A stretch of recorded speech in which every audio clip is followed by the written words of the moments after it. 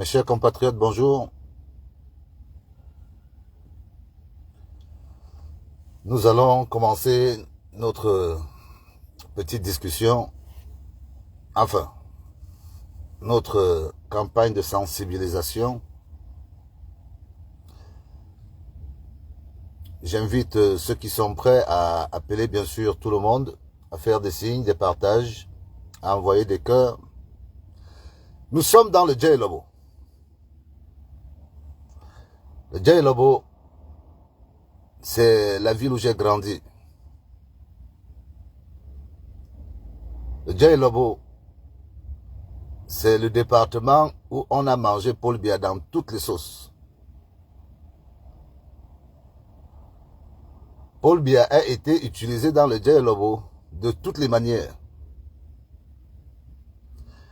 Et moi, mon rôle ici est de sensibiliser les masses pour démontrer que ceux qui sont venus nous voir pendant des dizaines et des dizaines d'années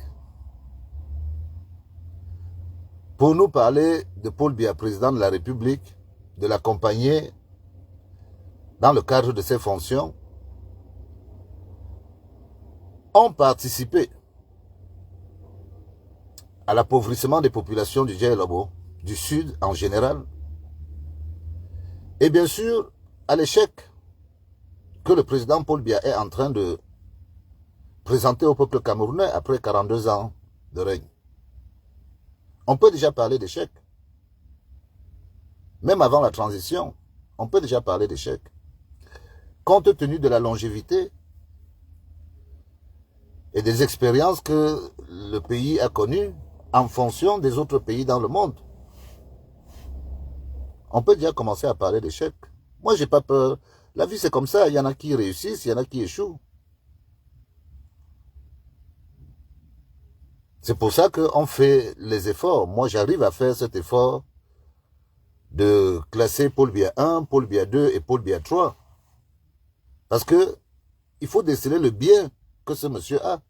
Et bien sûr, prendre en compte tout le mal qu'il a entraîné avec lui pendant tout son règne. Monsieur Paul Biya n'a jamais fait un meeting pour dire aux Camerounais que je vais devenir président avant de devenir président. Monsieur Paul Biya n'était pas un homme politique avant de devenir président. Il avait des hautes fonctions en tant que haut fonctionnaire. Mais monsieur Paul Biya n'a jamais fait un meeting. Il n'a jamais fait campagne pour être élu. Donc, c'est arrivé. Il est devenu président. Le Djei Lobo a joué un mauvais rôle. Et dans ce Djei Lobo, quand on regarde bien, l'arrondissement de Saint-Mélima n'est pas celui qui remporte la plus grosse palme. Il est question qu'on s'explique. Parce que nous tous, nous avons été embarqués dans cette chose. Et puis, depuis que la campagne de sensibilisation a commencé, je constate que beaucoup de gens se disent que je m'en prends essentiellement au boulot. Que pourquoi je m'en prends au mien. Moi, ici à Saint-Mélima, dans le Djei Lobo, je dis clairement que les boulous ne sont pas les seuls. Moi, je ne dis pas que les boulous sont ceux qui ont fait tomber le régime. Non. Je dis que les boulous ont une circonstance aggravante parce que c'est les frères de Paul Biya. Donc, je les accuse dans ce sens-là. Qu'ils ne l'ont pas aidé. Celui que les Camerounais regardent, qu'ils insultent, c'est Paul Biya. Mais eux, ils font tout pour que ce monsieur soit insulté. Et ils sont prêts aujourd'hui à vouloir nous convaincre de cautionner le vote de Paul Biya sans Paul Biya. Et c'est là où nous on dit non. Que déjà, durant Paul Biya, en bonne forme, on n'a pas tiré les marrons du feu. On n'a rien eu. C'est ça la vérité. Donc, avant d'entrer dans le vif du sujet du Djei Lobo, J'ai envie de rassurer tous ceux qui disent que je protège les Bamileke, je protège les Aoussa. Donc, juste pour vous faire un clin d'œil, étant encore dans le Djailobo, je peux dénoncer un très haut dignitaire Bamileke étant ici, en sachant de quoi je parle. Moi, je connais M. Christophe Eken, le président de la Chambre de commerce du Cameroun. Je le connais. Je connais M. Eken parce que M. Eken est l'un des Camerounais que mon père a formé quand il entrait dans la vie active. Je connais M. Eken Christophe, l'actuel président de la Chambre de commerce du Cameroun. Bonjour à tout le monde, bonjour. Je ne pourrai pas répondre au fur et à mesure que je fais mon déroulé. Je prends souvent le temps de répondre après. Mais je dis encore bonjour à tout le monde. Donc, à Sambélima, je vais interpeller M. Eken. Je vais dénoncer M. Eken, Christophe. Et je vais vous expliquer pourquoi. Parce que je ne dénonce pas pour dénoncer. Je ne dénonce pas pour calomnier. M. Eken est entré à la société Air Liquide. Je n'étais pas encore né. M. Eken connaît mon père. C'est mon père qui l'a formé. Il a travaillé très sérieusement dans cette société, la société Air Liquide. Partant de rien, il est arrivé à être directeur général Afrique de la société Air Liquide. Donc, M. Eken est un très bon élève de la France. Il a cet âge où, lui, avec M. Biya, la rencontre date.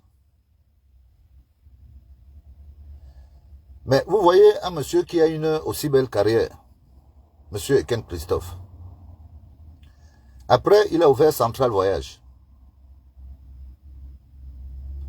Quand il est parti de la société Air Liquide. Il a créé beaucoup de filiales pour le compte de Air Liquide. Je dis vraiment pour la France, M. Eken est cet Africain qui s'est mis au service de la France. Et donc, quand je vois la suite du parcours, je me rends compte que M. Eken a plongé dans des choses qui engendrent l'appauvrissement des Camerounais. Et je suis obligé de le dénoncer. Parce qu'avec toute l'expérience qu'a eu M. Eken dans la société Air Liquide, où il a pu être directeur de la zone Afrique centrale, c'est un monsieur qui a une très bonne retraite. Il profite de tous les avantages que les Français ont quand on a pris des fonctions à ce haut niveau. Il a permis à la France de s'implanter en Afrique, M. Eken Christophe. Mais toute cette expérience, au moment où il arrive pour devenir président de la Chambre de commerce, moi je ne vois pas d'impact. Je ne vois pas d'impact. On s'attend qu'un monsieur qui a ce parcours puisse, grâce à son carnet d'adresses, apporter des changements dans la vie des Camerounais. Mais quand j'apprends que M. Eken, lui aussi, bénéficie des subventions pour faire de l'agriculture de manioc, je dis, mais vous voulez vivre combien d'années? Quand j'apprends que M. Eken a eu une subvention de 40 milliards pour faire une usine de découpage de poulet, je crois, à Tcham, et qu'à la suite de cet investissement, on se rend compte qu'il n'y avait pas de service après-vente. C'est-à-dire, M. Eken a pris de l'argent au Cameroun, dans le budget du Cameroun. Lui, qui a l'expérience d'être un ancien directeur d'une société française, n'a pas pris le temps de mesurer déjà l'approvisionnement des poulets qu'il allait devoir découper et de savoir comment il allait les écouler. Donc, M. Eken a décaissé 40 milliards du budget de l'État. Donc, où est parti cet argent? Papa Eken.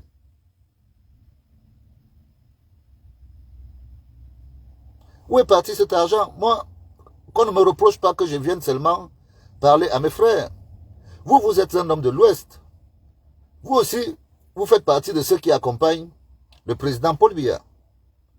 Parce que je refuse qu'on oppose ce clivage qu'on veut mettre sous nos yeux. Parce que c'est un faux clivage. Vous baratinez les Camerounais. Ceux qui veulent que, quand on parle des boulots, on doit indexer les Bamileke. Moi, quand je regarde, celui qui fait à manger à Paul Biya, c'est un Bamileke. Celui qui fait la nourriture que Paul Biya mange tous les jours, c'est un Bamileke. On sait que les hauts fonctionnaires de chez nous, comme ils sont très faibles en gestion et ils sont dépensiers, quand ils prennent de l'argent, on sait aussi qu'ils donnent à des Bamileke pour que les Bamileke blanchissent cet argent. Ça, on le sait. On sait qu'il y a des patriarches chez nous qui ont des actions chez les grands patriarches Bamileke. C'est leur sécurité là-bas. Donc, l'ami intime de Franck Biya, c'est qui? C'est pas un Bamileke? Qui défend Amourou Belinga? Ce n'est pas un Bamileke? Donc, moi, je ne veux pas jouer à cette opposition tribale parce que je ne veux pas entrer dedans. J'ai dit que je faisais mon tour de sensibilisation. Je vous donne un exemple patent d'un patriarche de l'Ouest, Christophe Eken. Il me connaît. Enfin, il connaît mon nom, il connaît plus mon père. J'ai eu à faire un stage dans cette société, je devais avoir 16 ou 17 ans. C'est lui-même qui est venu me raconter son histoire. Et elle est gravée dans ma mémoire. Donc c'est un monsieur que je surveille à distance. Je regarde son parcours.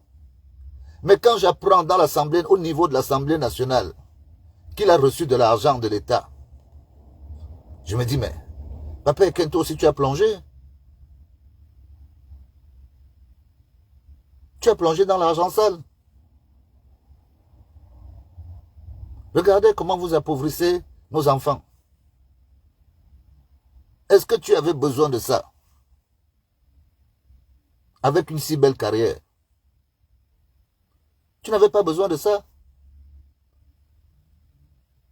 Qu'est-ce qui ne va pas? Qu'est-ce qui ne va pas au Cameroun pour qu'une génération de personnes se disent qu'elle va tout simplement cramer ce pays pour nous laisser dans un désarroi que je ne comprends pas? C'est quoi le but? Vous travaillez pour votre génération, vous avez assez. Vous voulez travailler pour vos enfants. Et vos petits-enfants, eux, ils vont faire quoi? Quand vous travaillez pour eux, vos enfants, eux, ils vont faire quoi de leur vie? Vous les placez, ils ont déjà de bons postes. Mais vous accumulez pour eux, plus les bons postes. Mais c'est trop. Donc, moi, je ne suis pas dans le tribalisme, je ne suis pas dans les invectives. J'ai bien expliqué à tout le monde que je fais mon tour. Laissez-moi évoluer à mon rythme. Il y a des dossiers partout. Les prévaricateurs, ceux qui ont fait tomber le Cameroun, sont partout. Il y en a à l'ouest, il y en a à l'est, il y en a au nord. Pour l'instant, je suis dans mon Dja Elobo natal. Donc, le Dja Elobo, comme je vous ai dit, quand Mvame Boutou vient faire un meeting, lui, il nous dit que lui, il est le ventre de Paul Biya. C'est ça qu'il nous dit. Lui, c'est le ventre de Paul Biya. Bien sûr, il est arrivé avant Paul Biya dans l'administration. Bon, il est devenu le ventre de Paul Biya. Il y a d'autres acteurs qui nous disent qu'eux, ils sont le sang de Paul Biya. D'autres, la tête de Paul Biya. J'ai dit, on a tout eu. Paul Biya, nous, on l'a mangé dans la sauce. Les populations ont eu tout Paul Biya. Tous les organes de Paul Biya. Pour donner 100%. Seulement quand on regarde de plus près, même les réalisations faites, qui ne sont même pas des réalisations spécifiques au sud. Parce que quand on parle de barrages, je prends l'exemple des barrages, les barrages, ce n'est pas pour le sud. Le barrage, c'est l'énergie nationale. On peut décider d'envoyer l'énergie à telle zone en laissant même le sud en fonction des priorités. On gère l'énergie. Mais le barrage de Manvelle, C'est vous qui le dites là-bas. Qui ne produit que 30 mégawatts au lieu de 200 mégawatts. Donc on a 70 mégawatts qu'on ne retrouve pas.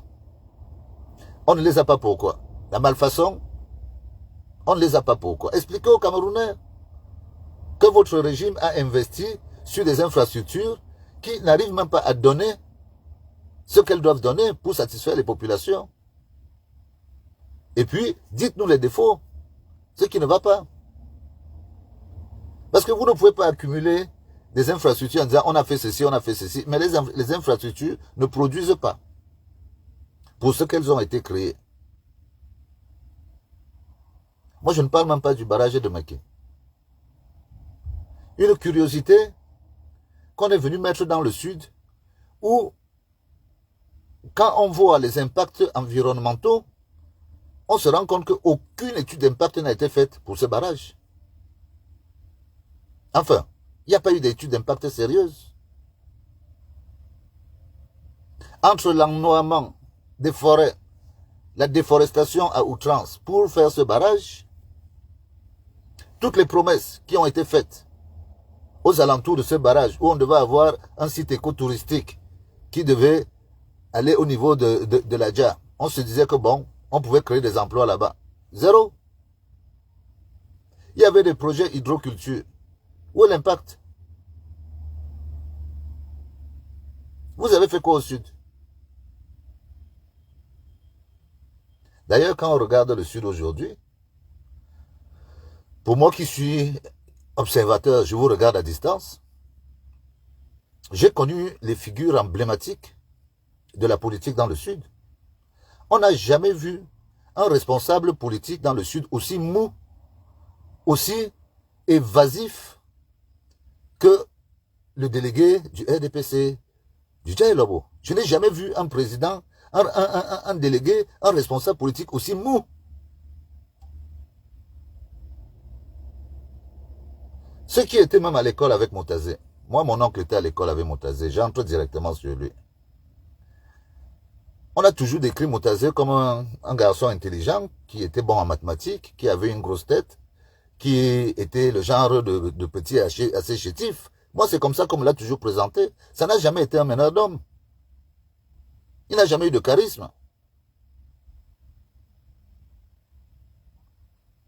C'est ça qui est la vérité. Donc, la situation dans laquelle vous vous trouvez est que pour que des gens comme Moutazé existent, il faut qu'ils aient des bons postes. Et lui n'a eu que des bons postes. Depuis qu'il est sorti, depuis qu'on l'a fait entrer comme étant un futur baron du régime. Il n'a eu que des bons postes. Moutazé ne doit son poste politique qu'au bon poste du gouvernement qu'il a. Ce n'est pas un homme de terrain. Il fuit les gens parce qu'il sait qu'il traîne l'échec sur ses épaules. Il fait des fautes politiques, il va créer une ville en dehors du lieu où la ville doit être créée. Aujourd'hui, lui-même se retrouve un peu coincé dans ce qu'il a fait. Parce que la ville de Mayomossi ne devait pas être à Mayomossi. Nous, les boulons, on le sait. Si une ville devait naître à cet endroit, c'était au carrefour Anvan. Mais comme Anvan, ce n'est pas l'Indon, Moutazé a dit que non, lui, il veut la ville d'Indon. Il veut sa ville à lui. C'est comme ça qu'il se partage le Cameroun. Donc, il peut mourir, mais Mayomossi touchera toujours des choses qui viennent de l'État, en tant qu'arrondissement. Mais les gens de Mayomossi, c'est Anvan qui viennent vivre. Au lieu d'arranger le Sud, vous êtes venus créer des frustrations dans le Sud. La ville de Mayomossi, c'est une faute. Nous, on le dit. Et après vous, elle ne ressemblera plus à rien. Nous, on le dit. Et d'ailleurs, amener une ville. Où est le soutien économique de la ville? Moutazé, lui, il a déjà fait son ranch au nord. Parce que Moutazé, du jour au lendemain, lui n'est pas... Vous n'avez aucune garantie qu'il va vivre au sud. S'il s'en sort. Parce que ces grands frères, je suis désolé, ils ont fait trop de mal. Mal au portefeuille de l'État, partout où ils sont passés.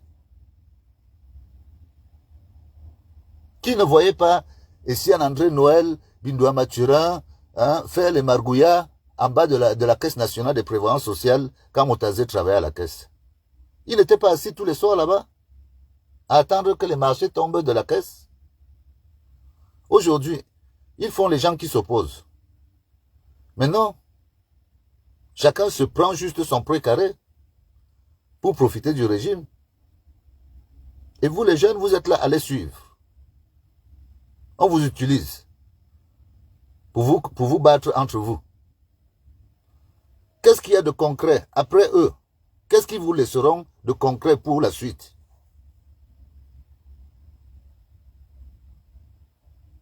Regardez autour de vous, qu'est-ce qu'il y a de concret?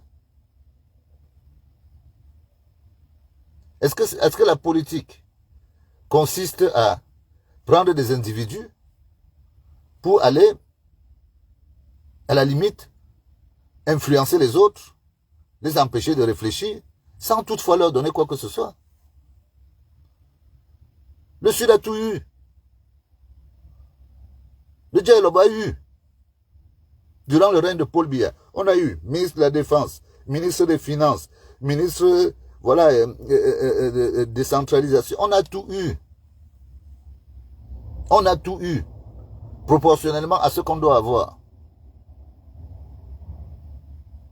Donc, au lieu de régler nos problèmes, de voir quelles sont les causes de l'échec, vous voulez opposer les gens à une réflexion que non, c'est la faute au Bamileke. Non, ce n'est pas comme ça qu'on raisonne. Là où les Bamileke vous dépassent, vous les petits, c'est que les Bamileke, eux, ils s'arrangent toujours, quand ils arrivent quelque part, à prendre un des leurs et à leur dire que toi, tu peux aller là-bas commencer à évoluer, on te soutient. Et au bout de quelques temps, on voit un jeune qui a son magasin, il est soutenu par les siens. Après, son magasin lui revient, il ouvre un autre, et c'est comme ça que ces gens évoluent. Donc, vous en voulez à des gens qui arrivent à se soutenir entre eux, parce que vous êtes incapables de vous entendre entre vous. Est-ce que ça fait un problème? Le problème, c'est vous. C'est vous qui n'arrivez pas à vous entendre, à dire que cet homme-ci est un homme de valeur. On peut s'entendre à le mettre, à le caser quelque part, à le soutenir, pour que lui aussi, il vienne, il draine les autres. Mais est-ce que c'est ça que vous faites? Donc, quand les autres évoluent, pendant que vous vous régressez à cause de votre politique, vous expliquez que non, c'est la faute aux autres.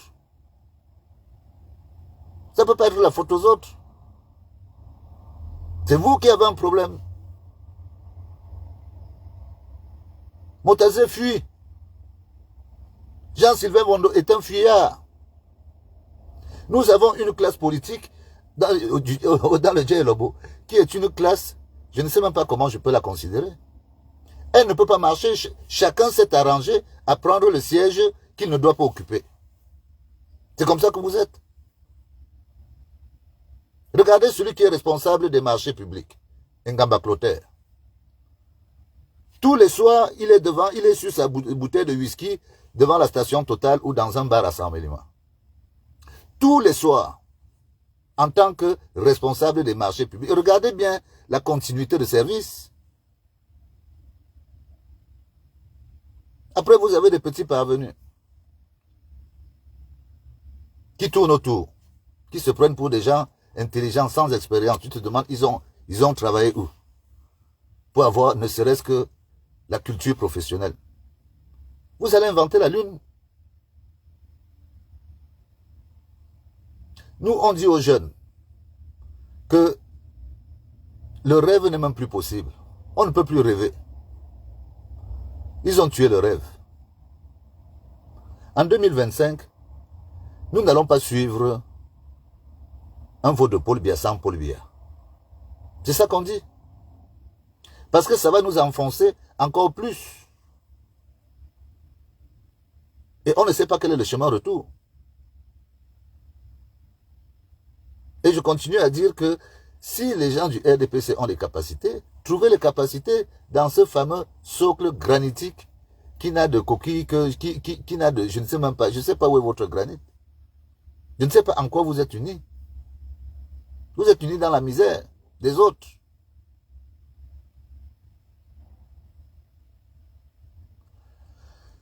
Le Djaïlabo, c'est une curiosité. C'est vraiment... C'est une honte. Le Djaïlabo, c'est une honte. Il n'y a rien d'autre à dire. Quand vous voyez dans une ville qui a autant qui a une mainmise aussi longue dans le pouvoir, il n'y a pas de femmes actives dans le Djaïlabo.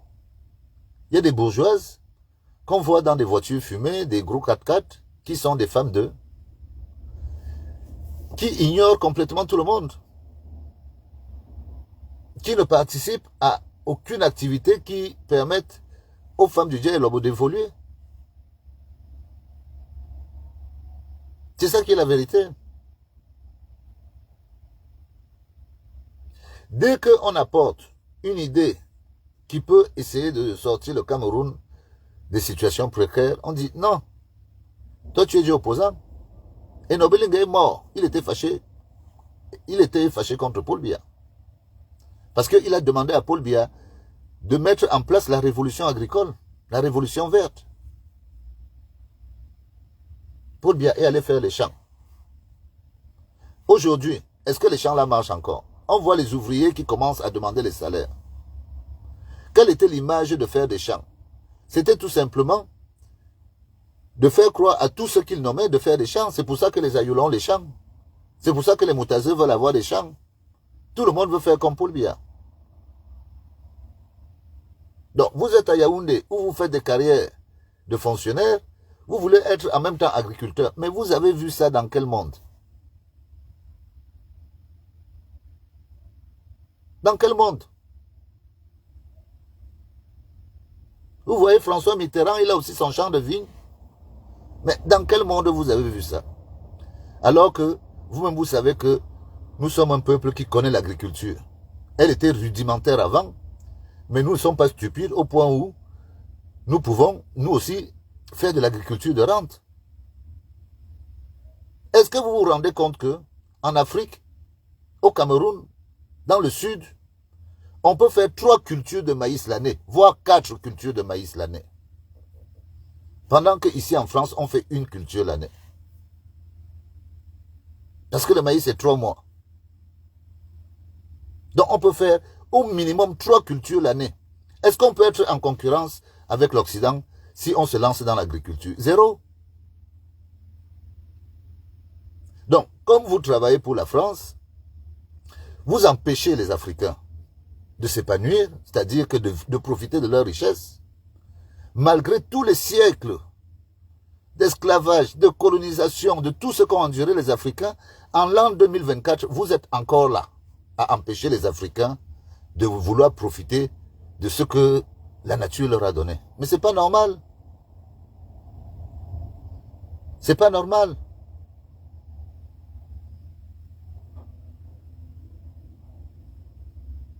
Quand vous-même vous calculez ce que les agriculteurs sont en capacité de faire en fonction des terres d'Afrique, vous ne trouvez pas que vous êtes des criminels?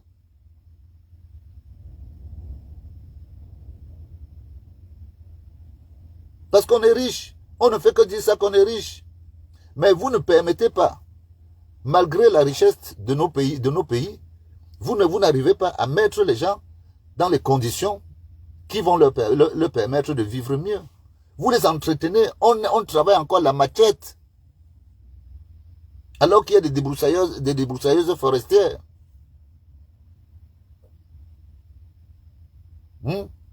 Comment voulez-vous qu'on s'en sorte? Après, Famon Ndongo dit que lui, il a une plantation cacaoyère. Après avoir pillé l'État pendant 40 ans. Vraiment, arrêtez de vous moquer de nous.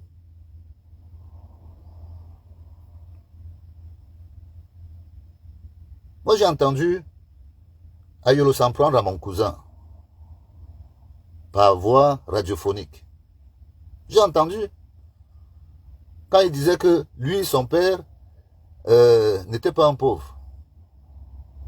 J'ai dit, mais arrêtez. Non, il faut arrêter ça. Parce que si on regarde bien, dans quelle catégorie on doit classer M. Ayolo Moïse, il a la même catégorie qu'ont eu les Photo Victor, les Kadji des Fosso, les Ndombe Somba. Est-ce que vous pouvez comparer Kadji des Fosso et Ayolo aujourd'hui? Ils ont été subventionnés au même moment. Ayolo a été pris parce qu'il devait représenter le Sud. C'est ça l'histoire du Cameroun. Il a investi dans une salle de cinéma. Il a investi dans un collège. Ça, on le sait. Et quand il partait, malheureusement, il n'était plus en forme. Malgré le fait que le président lui ait permis d'avoir une société forestière. C'est Biziou Patrice qui a travaillé dans cette société forestière. Il vous a planté de combien aux impôts? Est-ce que le papa Ayolo n'a pas une facture à payer aux impôts? Vous venez dire à mon cousin que non, lui il était riche. Il était riche en quoi?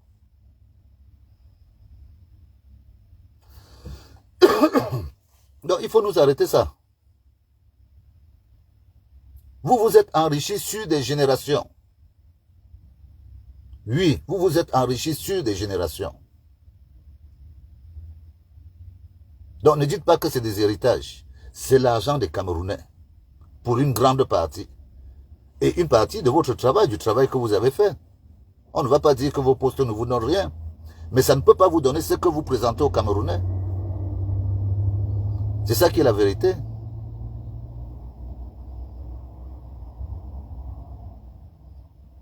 Oui.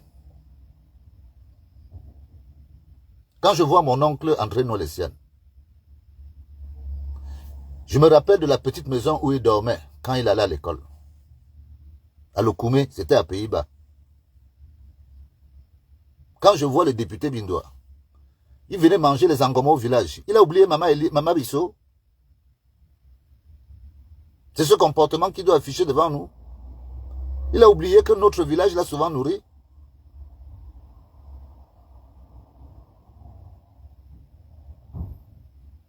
Est-ce que Bindoua a oublié qu'il prenait le chemin, il marchait à pied et venait dans notre village? Est-ce que ici en André Noël oublie que ce sont les gens de notre village qui l'ont logé pour qu'il aille à l'école? Quel a été le résultat? Qu'est-ce qu'on a eu? Sarmelima est une ville, comme toutes les villes du Sud, construite par des cacaoculteurs. Ce n'est pas les fonctionnaires qui ont bâti Sarmelima. Maintenant, vous venez, vous montrez que vous pouvez bâtir. Mais ce n'est que la justice camerounaise qui, à un moment donné, va demander à chacun ses explications.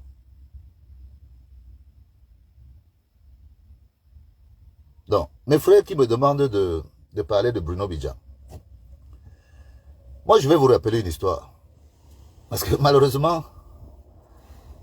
je vous ai toujours dit que tout ce qui se passe là, nous allons expliquer. Quand j'étais au Cameroun en 2018, allez demander à Mvondokana.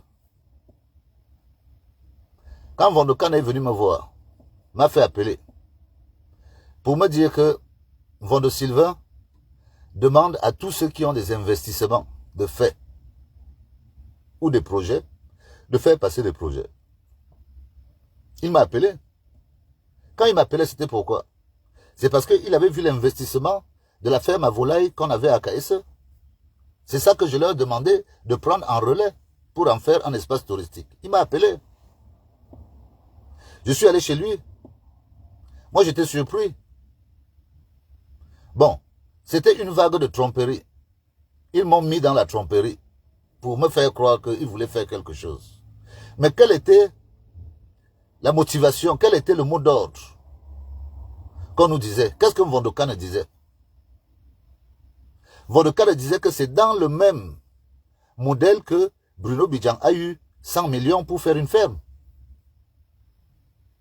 Donc, quand Bruno Bidjan a eu 100 millions de francs CFA pour faire une ferme avicole, Bruno Bidjan avait investi combien? Parce que on estime hein, que toutes ces lignes servent à accompagner les citoyens. Mais quand on dit qu'on accompagne, c'est qu'on part déjà sur une base. Nous avions déjà investi, on était déjà implantés, il y avait déjà de la volaille. On demandait juste à l'État de prendre le relais. Vous nous avez demandé de monter un dossier. Notre dossier ne traversait pas les 40 millions parce que nous, on chiffrait les choses de manière vraie. Mais qu'est-ce que vous nous disiez? Vandokana, qu'est-ce que tu disais? Tu disais que c'est dans les mêmes formules qu'on a donné 100 millions à Bruno Bidjan pour faire une ferme. Bon, Bruno Bidjan, lui, il a d'abord investi combien? Et sur les 100 millions qu'il a reçus, la ferme, elle est où? Montrez-nous la ferme de 100 millions. Donc maintenant, vous courez. Vous nous dites qu'il faut soutenir Bruno Bidjan. Je ne refuse pas. Mais je sais qu'on l'a arrêté pourquoi.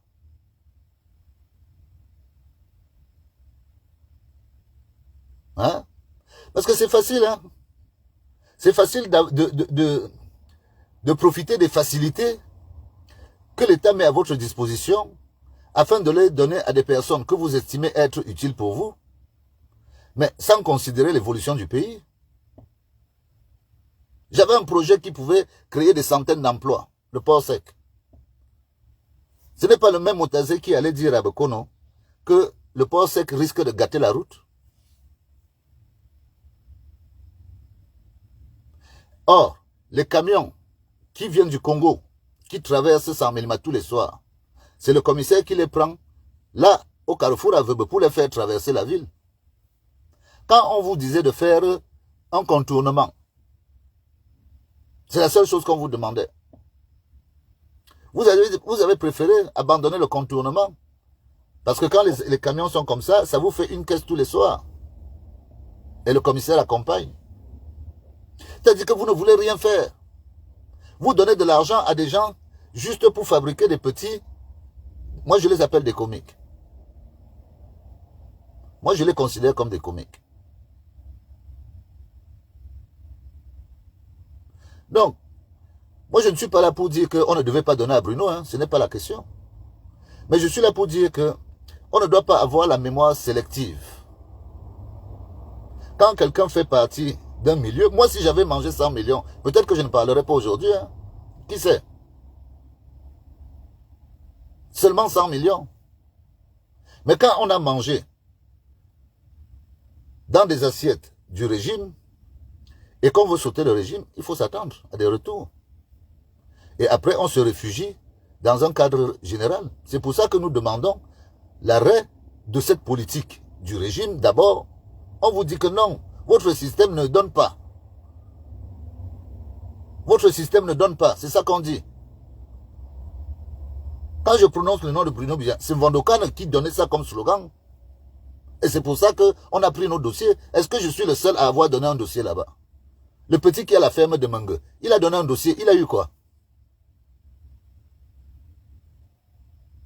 Le petit qui a la ferme de Pondeuse à Mangue, il a eu quoi? Vous savez à qui vous donnez? Le ministre Motazé qui est aujourd'hui censé récolter l'argent au profit de l'État. Lui-même, il a percé les tuyaux. La seule femme qui parle à Saint-Mélima, qu'on appelle Laure Zakam, la veuve Zakam, c'est elle qui parle à Saint-Mélima. Parce qu'elle profite d'un trou percé que Motazé a fait. Que, non, essaie d'entretenir comme toi tu es dynamique. C'est une fille étonne qui parle à Saint-Mélima. Elle, son réseau, c'est le port. C'est au port. C'est là-bas que Motazé lui a dit, voici ta dérivation. Mais si vous bouchez, si vous faites des trous dans ce qui est censé venir dans les caisses de l'État, ne soyez pas surpris de ne pas avoir tout. Parce que vous faites des trous. On vous dit d'accompagner des sociétés. Vous n'accompagnez pas les sociétés, vous prenez de l'argent de l'État, vous le donnez à des individus.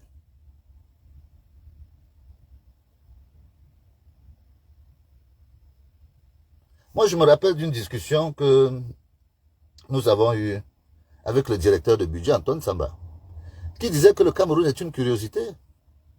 Antoine Samba a souvent eu des gens qui venaient lui demander des paiements de 2-3 milliards, mais qui n'avaient jamais acheté un vélo auparavant.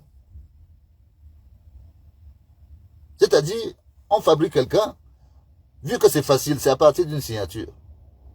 On donne de l'argent à quelqu'un sans toutefois savoir si cette personne a tout simplement eu la maîtrise nécessaire pour gérer cet argent. Combien de jeunes sont morts à 100 000 à cause de l'argent? Que quand on prononce ce nom-là, on dit que celui-là, s'il n'avait pas connu l'argent, il serait peut-être vivant.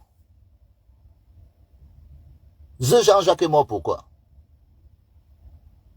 De Congo, il est mort pourquoi? Ce n'est pas l'argent qui l'a tué. Voilà Papi Outou, est mort de quoi? Ce n'est pas l'argent qui l'a tué. Si ces jeunes n'avaient pas connu l'argent, à la façon dont vous les avez montré l'argent, ils seraient vivants. Parce qu'il faut connaître la vie, étape par étape. Mais vous ne comprenez pas ça.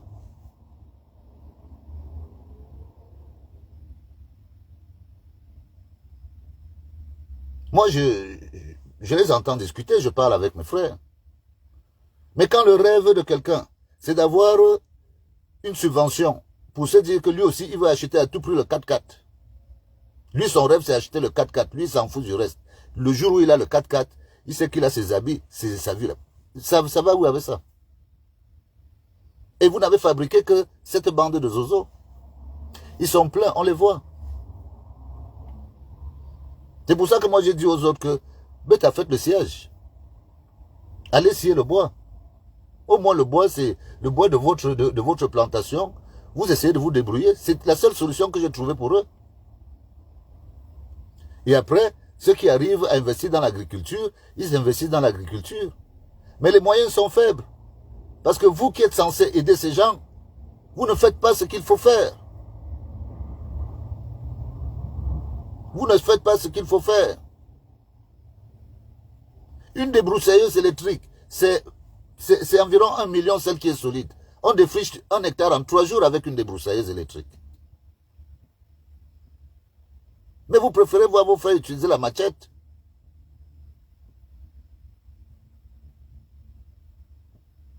Non. Jay Lobo, vous avez exagéré. Vous n'avez pas aidé le président Paul Biya. Et tout ce que vous faites là, malheureusement, ne concourt pas à la moindre confiance qui puisse nous permettre de vous donner encore un vote en 2025. Et c'est ça que nous nous disons aux jeunes. Que nous avons affaire à des vampires.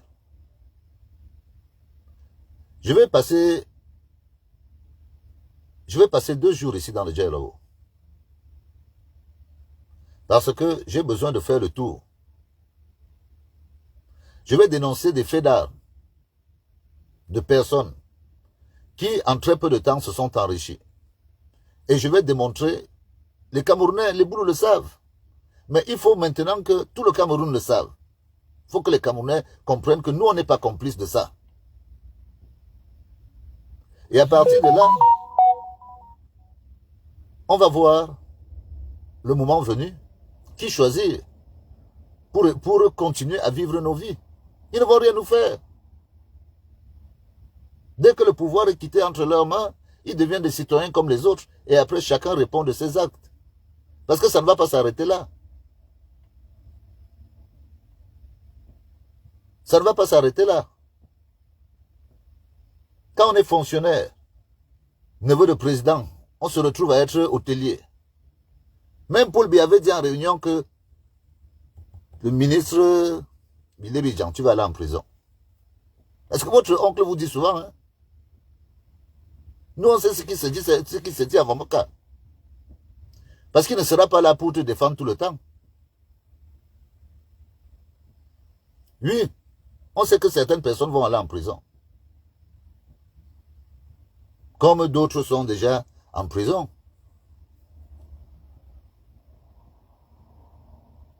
Qui pouvait imaginer que Mbongo pouvait se retrouver dedans? Marafa, les autres. Qui pouvait imaginer?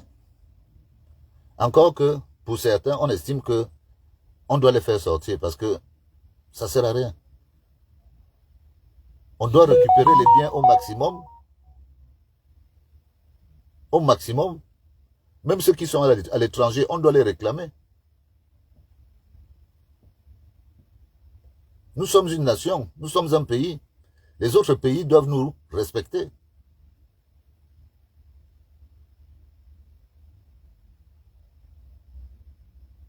Donc, les Camerounais de tous les côtés sont prêts. Que ce soit à l'ouest. À l'ouest, on vomit les voleurs là-bas. Dans le sud, nous, on vous vomit. À l'est, pareil. Au nord, j'en parle même pas, parce que les gens meurent de faim là-bas.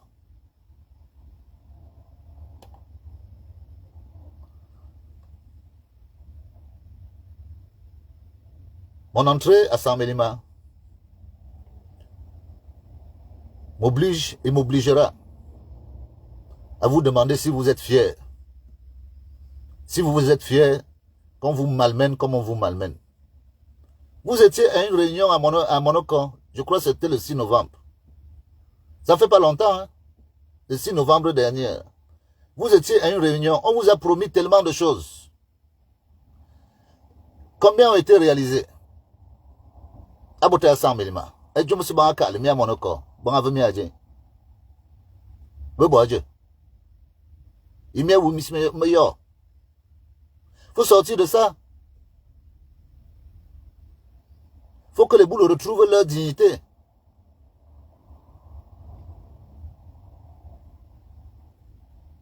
Il y a pas à pas.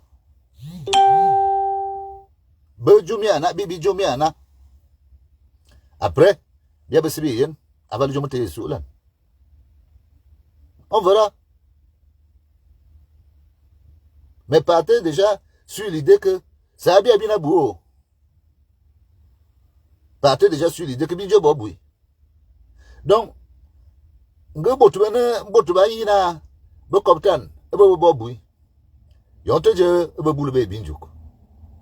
Amu, vous trouvez Kangu. Amu, un botuena bou, un banana, et bien lobo. Non, un botuena bou. Gabba Yamawena, Baba Chende, Mizangan. On te dit, ah, de miat complice. Mi ne complice à Bamiaka BJ. Colana Jomote, Liana Betele, baby. Faut les laisser. Faut les laisser avec leur richesse.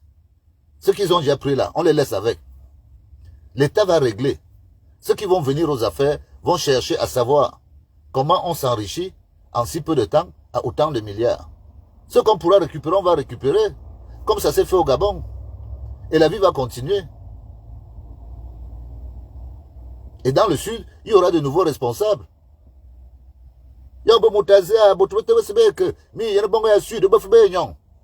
Boutoubaye que soit fou la feu. Donc, nouvelle génération à Koumsan.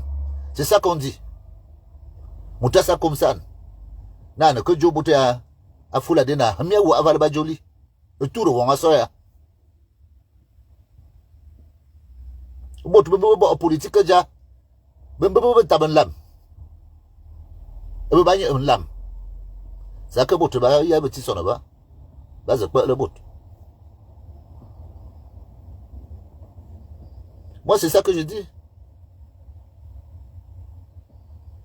Et je vais passer 2 jours dans le Djaï le dire. À vous dénoncer.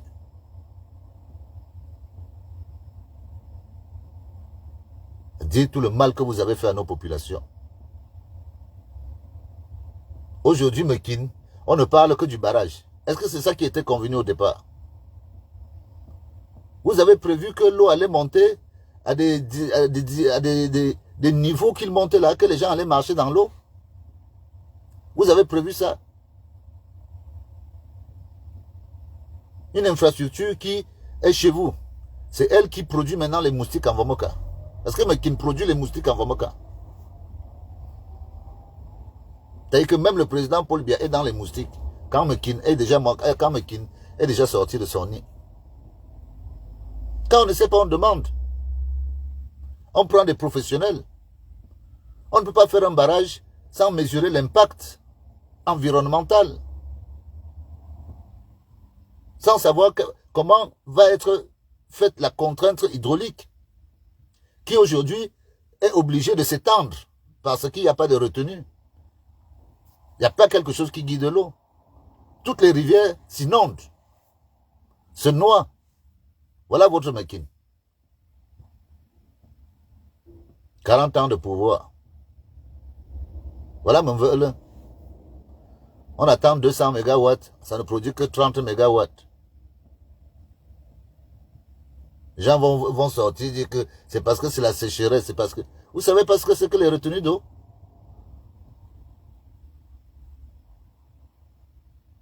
Non, c'est une affaire d'amateur. Vraiment. Vous avez mal travaillé. Vous n'avez pas aidé le président Paul Biya. Vous n'avez implémenté aucune politique qui permette aux gens de s'en sortir. Je dis bien aucune.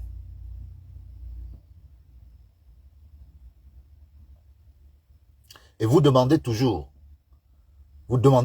que le peuple soit avec vous. Cette fois-ci, le peuple ne sera pas avec vous. Retenez-le. Le peuple ne sera pas avec vous.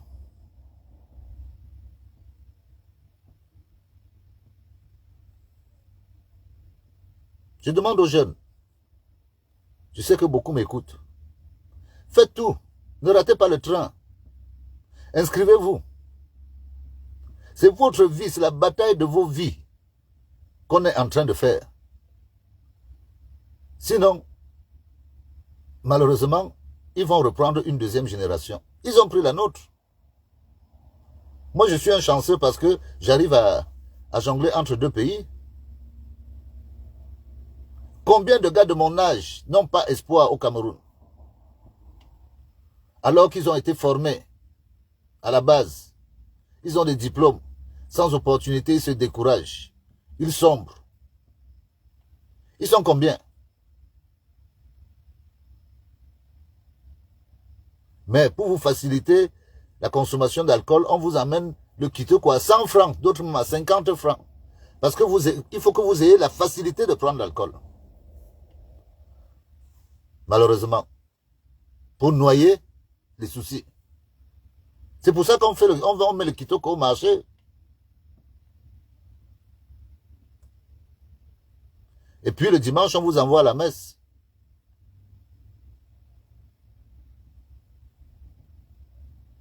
Le RDPC a même tué les PC.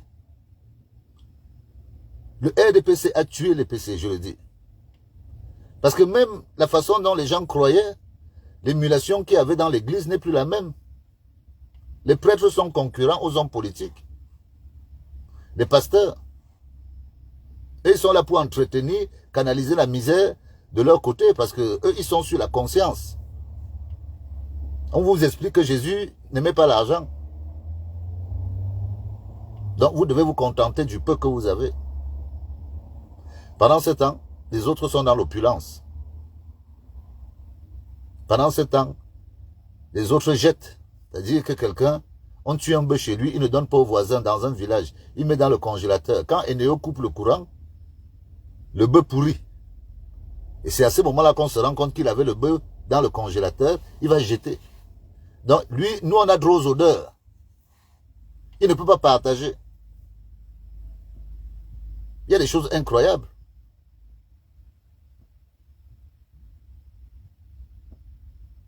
Dans le changement, moi je fais partie de ceux qui pensent qu'on doit aujourd'hui penser à faire à ce que l'Église paye la taxe d'habitation. Moi je crois sincèrement, même à 2%. Toutes les églises doivent participer. Les églises sont l'un des bras séculiers de l'appauvrissement de notre pays. Toutes les terres qu'on a données à Rome, franchement, vous n'imaginez pas le gâchis que c'est. Mais aujourd'hui, ils ont du bâti, ils ont du titre. On doit au moins les faire taxer parce que c'est des entreprises commerciales. On doit les taxer.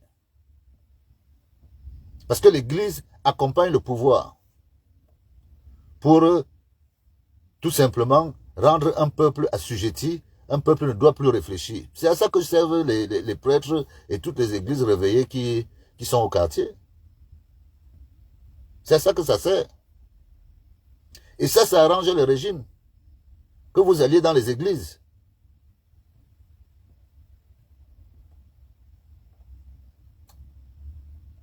Le changement pensera à tout ça. Nous voulons passer à une autre phase. Nos enfants, de toutes les façons, sont à l'ère de l'intelligence artificielle. Ceux qui ont du retard, on pourra, par des formations, permettre à ce que, au moins pendant ce mandat-ci, que ce soit un mandat de transition ou un mandat d'engagement, mais qu'on a des bases claires. Parce que j'entends les gens parler de développement. On n'est même pas encore au développement. Arrêtez les gens. Quel développement on est au Cameroun? On est en train de réfléchir sur les bases d'un développement. C'est-à-dire qu'on n'a pas encore les routes. On parlera de développement quand il y aura les routes, quand il y aura l'énergie, quand il y aura... C'est là où on parlera de développement. Quel développement il y a?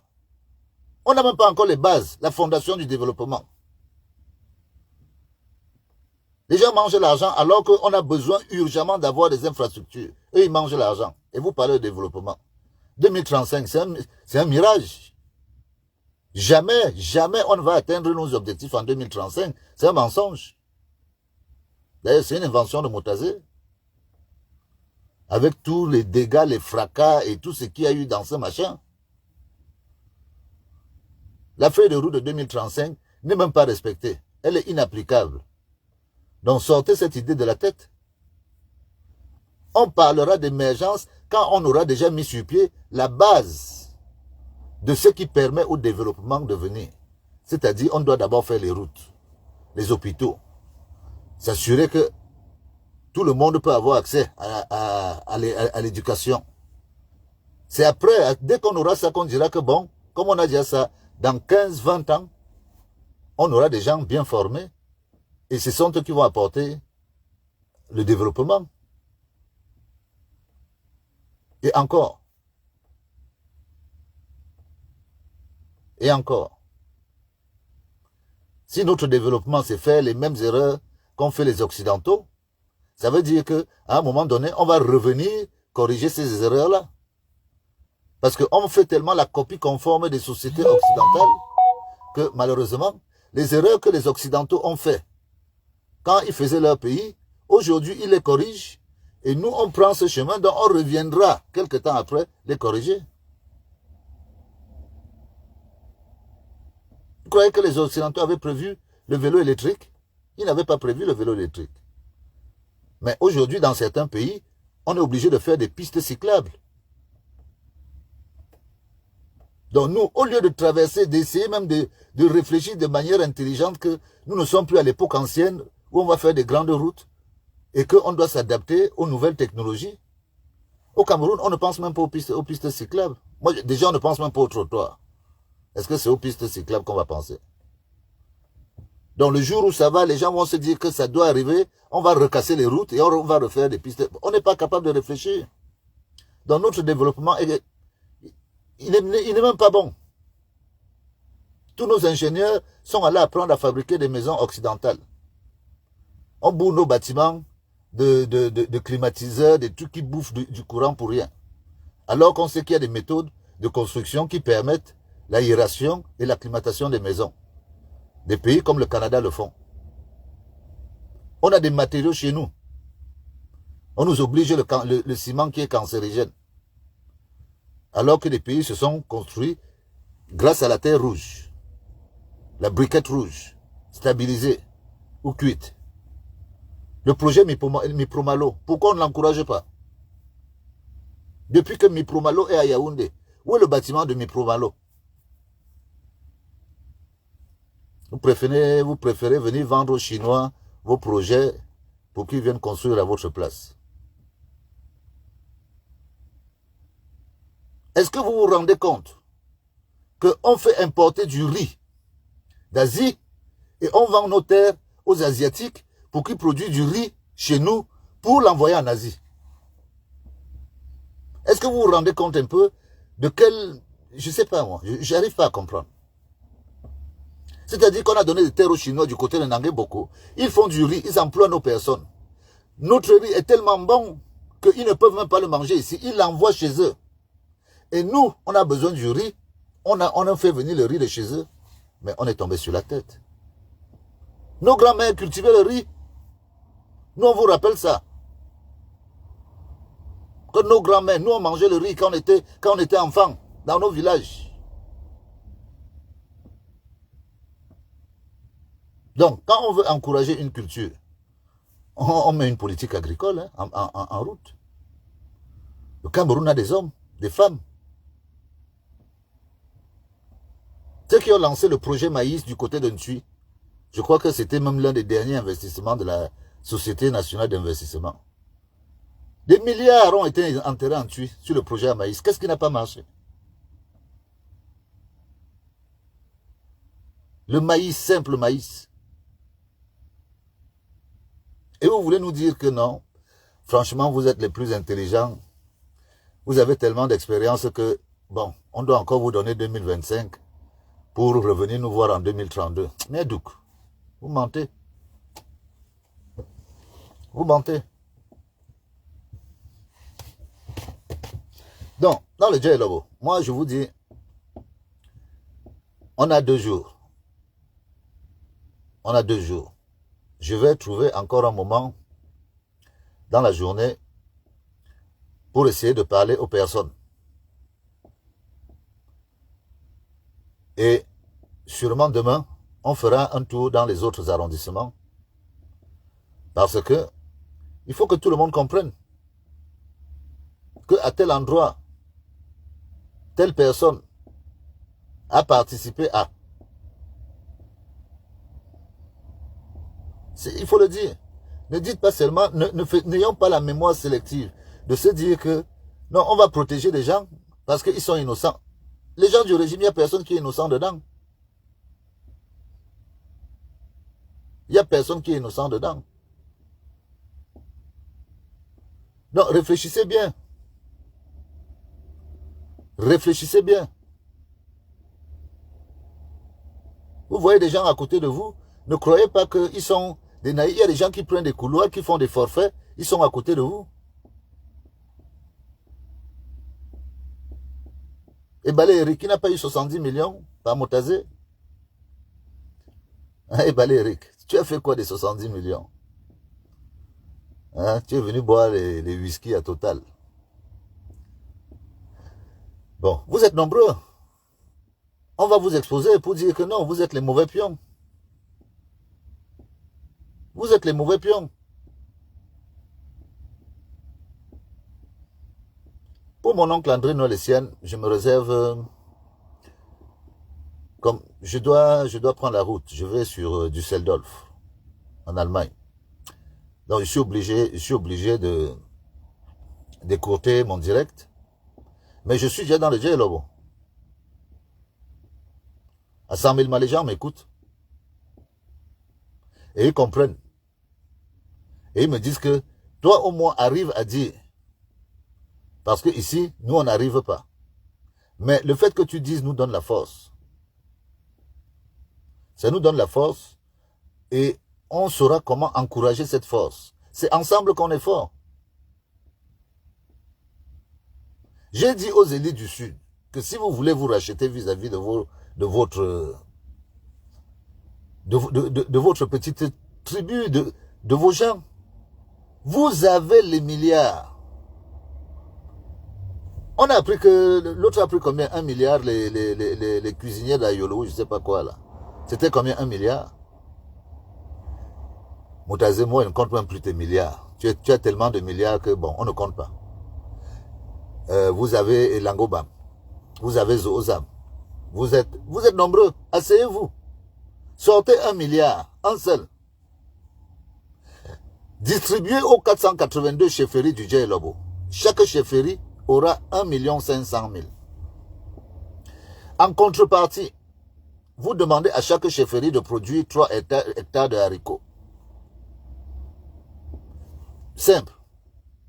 Quand on va quand vous aurez le courage de faire ça, on pourra commencer à parler. C'est-à-dire que vous rendez, même quand vous irez en prison, au moins le peuple aura la compassion de savoir que, oui, même s'ils sont en prison, ils nous ont quand même aidés. On compatit un peu. Ayez alors le courage de faire ça.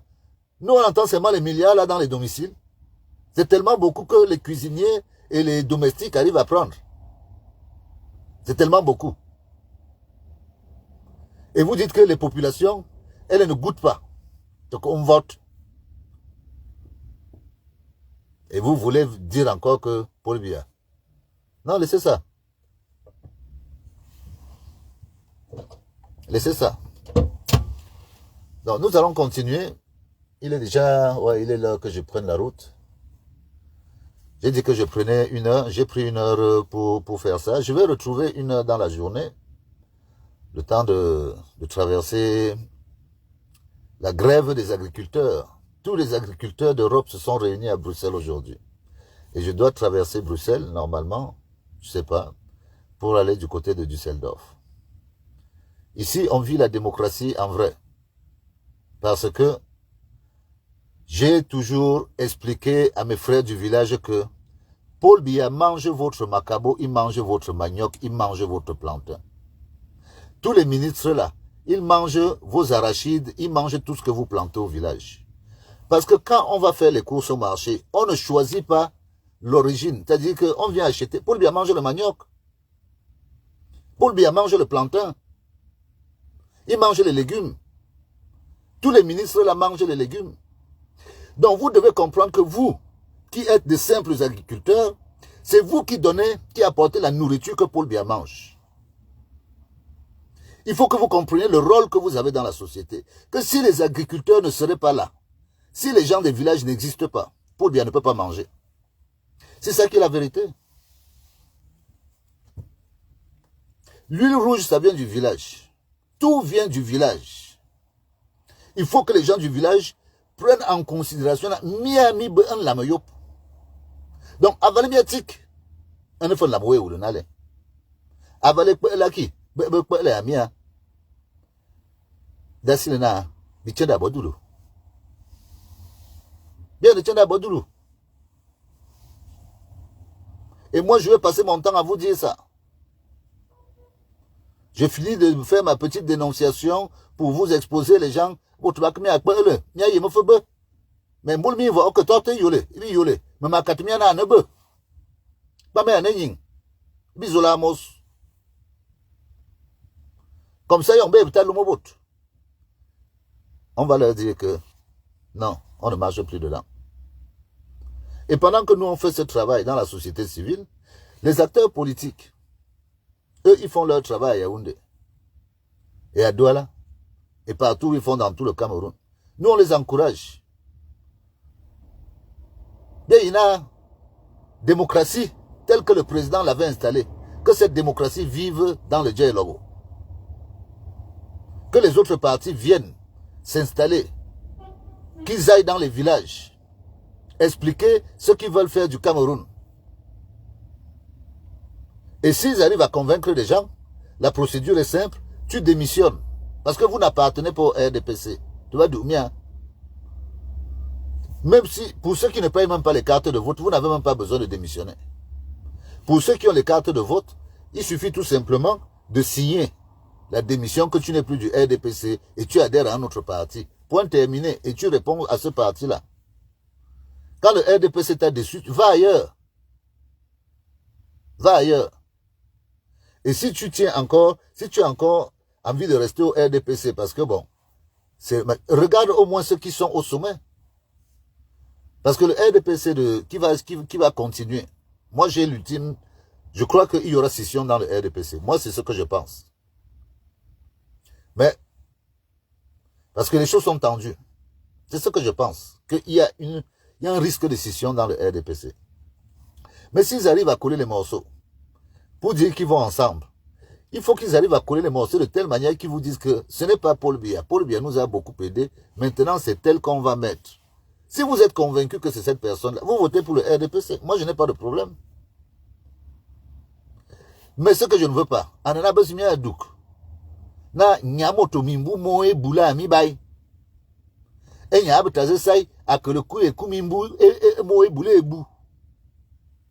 Non, c'est pas possible. Il a de misos. Mimbu moe boule et bou, c'est impossible. Yang a besoin mongon.